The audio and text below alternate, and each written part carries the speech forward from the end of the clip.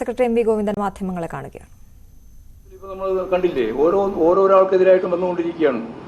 അപ്പോൾ അതൊക്കെ ഓരോന്നോരോന്നായിട്ടല്ല കൈകാര്യം ചെയ്യേണ്ടത്. പൊതുവായിട്ട് പ്രതിപക്ഷ രാഷ്ട്രീയ പ്രസ്ഥാനത്തിൻ്റെ ഭാഗമായിട്ട് നിൽക്കുന്നവരെ പിടികൂടുന്നതിന് വേണ്ടിയുള്ള നിരവധി വഴികൾ കണ്ടെത്തിക്കൊണ്ടിരിക്കുകയാണ്. ഇവിടെ അങ്ങനെയുള്ള വഴികളൊന്നും കണ്ടെത്താത്തതുകൊണ്ട് അച്ഛൻ ഇന്നയാളാണ് എന്ന് പറഞ്ഞിട്ട് മോളെ പേരിലാണ് വരുന്നതെങ്കിലും അത് അച്ഛനിലേക്ക് എത്താനാണല്ലോ.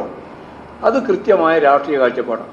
ആ കാഴ്ചപ്പാടിനെ രാഷ്ട്രീയമായിട്ട് തന്നെ എതിർത്ത് പരാജയപ്പെടുത്തുക എന്നാണ് ഉദ്ദേശിക്കുന്നത്. അല്ല, കേസിൻ്റെ ഭാഗമായിട്ട് ഇനി 4 മാസത്തെയും 8 മാസത്തെയും അന്വേഷണം വരട്ടെ, അപ്പം നോക്കാമെന്നും. നമുക്കിതിനകത്ത് ഞാൻ നേരത്തെ പറഞ്ഞല്ലോ, ഇവിടെ ഒരു ഭയമില്ലെന്ന്. നിയമപരമായിട്ടില്ല, നോക്കും എല്ലാം നിയമപരമായിട്ട് നേരിടാതിരിക്കാൻ പറ്റുമോ? രാഷ്ട്രീയമായിട്ട് നേരിടുക എന്നുള്ളതാണ് അതിൽ ഏറ്റവും പ്രധാനപ്പെട്ട ഞങ്ങളുടെ ചുമതല. അത് ഞങ്ങൾ കൃത്യമായിട്ട് നിലപാട് സ്വീകരിക്കും. നിയമപരമായിട്ട് സ്വീകരിക്കേണ്ടവർ നിയമപരമായിട്ടും സ്വീകരിക്കും.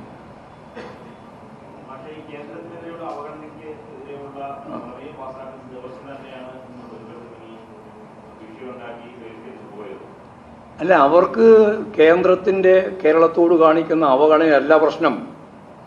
അവർ BJP അവിടെ എന്താണോ ഉദ്ദേശിക്കുന്നത് അത് കേരളത്തിൽ നിർവഹിക്കാൻ കേരളത്തിലെ MLA-മാർ നിയമസഭയിൽ നിലപാട് സ്വീകരിക്കുകയാണ്. ഒരു ഭാഗത്ത് BJP-യോടൊപ്പം നിൽക്കുന്ന നിലപാടാണ് സ്വീകരിച്ചുകൊണ്ടിരിക്കുന്നത് എന്നാണ് അതിൻ്റെ കൃത്യമായ അർത്ഥം. അതിൻ്റെ ഭാഗമായിട്ടാണ് കേന്ദ്ര ഗവൺമെൻറ്റിനെതിരായിട്ടുള്ള ജനരോഷം രൂപപ്പെട്ട് നിൽക്കുന്ന ഒരു സമയമാണ്. അതിന് പകരം വേറെ രാഷ്ട്രീയമായിട്ട് വഴിതിരിക്കാൻ വേണ്ടിയിട്ടുള്ള ബോധപൂർവമായ പ്രവർത്തനമാണ് അവരുടെ തന്നെ വക്കീൽ ഉൾപ്പെടെയായിട്ടുള്ള ചില ആളുകൾ അസംബ്ലിയിൽ ചെയ്തുകൊണ്ടിരിക്കുന്നത്. അതിൻ്റെ ഒപ്പം നിന്നുകൊണ്ടാണ് UDF പ്രവർത്തിക്കുന്നത്. അതാ പ്രശ്നം. ഞാൻ അതാ പറഞ്ഞത്.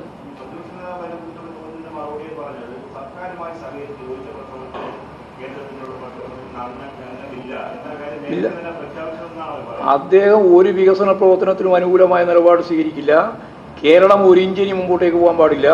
കേരളത്തിലെ ജനങ്ങൾക്ക് ലഭിക്കേണ്ടുന്ന ഒരാനുകൂല്യങ്ങളും ഇനി കൊടുക്കാനും പാടില്ല എന്ന ഉറച്ച നിലപാട് സ്വീകരിക്കുന്ന പ്രതിപക്ഷമല്ലേ. ഇത് ലോകത്തിങ്ങനെ ഒരു പ്രതിപക്ഷം ഉണ്ടാവുമോ? അത് ഞാൻ ഈ പത്രസമ്മേളനത്തിൽ ഇതിനു മുമ്പ് തന്നെ പത്രസമ്മേളനത്തിൽ പറഞ്ഞാണ്. ഇങ്ങനെ ഒരു പ്രതിപക്ഷം ലോകത്ത് എവിടെ ഉണ്ടാവില്ല. ഒരു വികസന പ്രവർത്തനവും നടത്താൻ അനുവദിക്കില്ല എന്ന് പറയുന്ന ഒരു പ്രതിപക്ഷം പറയുന്നുണ്ടോ എവിടെയെങ്കിലും? ഇവിടെയല്ലാതെ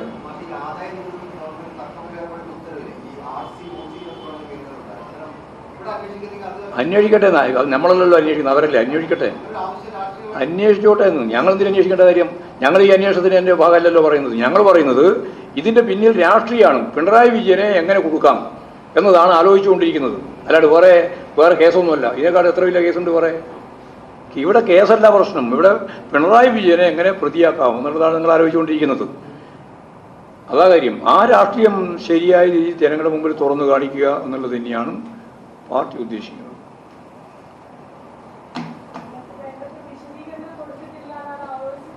അങ്ങനെ പലതും പറഞ്ഞുകൊണ്ടേയിരിക്കും. വിശദീകരണം കൊടുത്തില്ലെങ്കിൽ പിന്നെ എങ്ങനെ അന്വേഷണം ഇങ്ങനെ 2 തരത്തിലും 3 തരത്തിലൊക്കെ വരുന്നത്?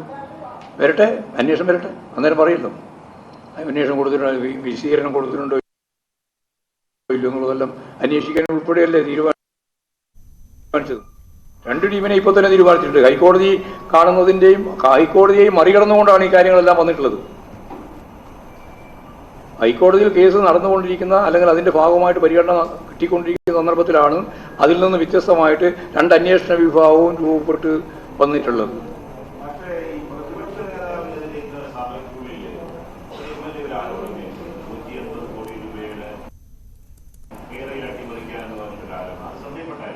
അത് ഞാൻ കണ്ടു, ശ്രദ്ധയിൽപ്പെട്ടു. അതിൽ എനിക്ക് വിചിത്രമായി തോന്നിയിട്ടുള്ളത്, ഈ അസംബ്ലിയിൽ ഒരു ആരോപണം ഉന്നയിക്കാൻ ഏത് മെമ്പർക്കും അവകാശമുണ്ട്.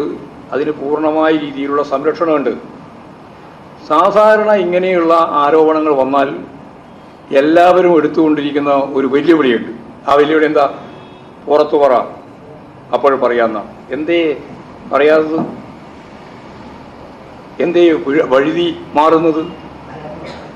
അത് പ്രതിപക്ഷ നേതാവിനല്ലേ വഴി മാറിയേ? പറയാനെങ്കിലോ എന്തേ അദ്ദേഹം പറയാതിരുന്നത്? പുറത്തു പറയേ, അപ്പോൾ ഞാൻ പറയാം മറുപടി എന്ന് പറയണ്ടേ? എന്തേ പറയാൻ പറ്റാത്തത്? അൻവറല്ല പറയുന്നത്, അൻവറല്ല പറയേണ്ടത് ബന്ധപ്പെട്ട വിധേയനായിട്ടുള്ള ആളാണ്, അയാളല്ലേ പറയേണ്ടത്. അതല്ലേ പറഞ്ഞിട്ടുള്ളത്. ആ പറഞ്ഞതുമായി ബന്ധപ്പെട്ട് എൻ്റെ പേരിലാണ് ഞാൻ പറഞ്ഞതെങ്കിൽ, എന്നെ പറ്റിയാണ് പറഞ്ഞതെങ്കിൽ ഞാൻ പറയുമല്ലോ, നിങ്ങൾ പുറത്തു പറ, അപ്പോൾ പറയാമെന്ന്. എന്തേ പറയാത്തത്? അത് പറയില്ല. അതെങ്ങനെ പറയുമ്പോൾ അതെങ്ങനെയാ പറയാവുന്നത്? അതല്ലേ വളരെ പ്രധാനപ്പെട്ട കാര്യം. അന്വേഷിക്കേണ്ട കാര്യം അന്വേഷിച്ചോട്ടെ, അത് നമുക്ക് അതിൽ വേറെ പ്രശ്നമില്ല. ഞാൻ പറഞ്ഞു വന്നത് എന്താ പറഞ്ഞാൽ, ഒരാളെ പറ്റി 150 കോടി രൂപയുടെ അഴിമതി കേരളയിലുമായിട്ട് ബന്ധപ്പെട്ട് ആന്ധ്രയിലെയും കർണാടകത്തിലെയും ലോബികൾ ചേർന്നുകൊണ്ട് ഇങ്ങനെ പ്രതിപക്ഷ നേതാവ് വാങ്ങിയിരിക്കുന്നു എന്നൊരു ആരോപണമാണല്ലോ അവിടെ ഉന്നയിച്ചത്. നിങ്ങളെല്ലാം പത്രത്തിലെല്ലാം വാർത്ത കൊടുത്തതാണല്ലോ. ആ വാർത്തക്ക് വിധേയമാവുന്ന വ്യക്തി സ്വാഭാവികമായിട്ടും സാധാരണ പറയുന്നത് ഇത് നിങ്ങൾക്ക് പരിരക്ഷയുണ്ട്, ഇവിടെ എഴുതി കൊടുത്തുകൊണ്ട് തന്നെയാണെങ്കിൽ പോലും പരിരക്ഷയുണ്ട്, എന്നാൽ നിങ്ങൾ പുറത്തു പറ എന്നല്ലേ സാധാരണ. ഇന്നേ വരെ ഏത് അഴിമതി വന്നാലും പുറത്തു പറയാന്നല്ലേ പറയാം, എന്തേ പറയാത്തത്? അതുകൊണ്ട് നിങ്ങൾ അന്വേഷിക്കണം. ആരോപണം ഗൗരവമില്ലാണ്ടിരിക്കും. പിന്നെ 150 കോടിന്റെ ആരോപണമല്ലേ.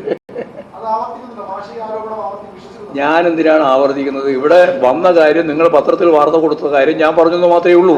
ഞാൻ അതിനെപ്പറ്റി ചോദിക്കുന്നത് ഇങ്ങനെയാണ്, അതിന് വിധേയപ്പെട്ട ഒരാൾ അദ്ദേഹം എന്തുകൊണ്ടാണ് അതിനെ നിഷേധിക്കുകയോ അതിനെതിരായിട്ടുള്ള കാര്യം എന്ന രീതിയിൽ നിങ്ങളിത് പുറത്തെന്തുകൊണ്ട് പറയുന്നില്ല എന്ന കാര്യം ഉന്നയിക്കുകയോ ചെയ്യാതിരിക്കുന്നത്? അതെന്തുകൊണ്ടാണെന്നുള്ളതാണ് നിങ്ങൾ അന്വേഷിക്കേണ്ടത്. അപ്പോഴാ മനസ്സിലാകുക കാര്യം. അല്ല, ഞാൻ എന്തിനാണ് ഇത് എൻഡോഴ്സ് ചെയ്യുകയോ ചെയ്യാതിരിക്കുകയോ ചെയ്യുന്നത്? ഞാൻ പറഞ്ഞു, ഇങ്ങനെ ഒരു ആരോപണം നിയമസഭയിൽ വന്നിരിക്കുന്നു. സ്വാഭാവികമായിട്ടും ആ വന്ന ആരോപണം ഇവിടെ രാജ്യത്തിന്റെ മുമ്പിലുണ്ടല്ലോ ഇപ്പോൾ, ഇല്ലേ?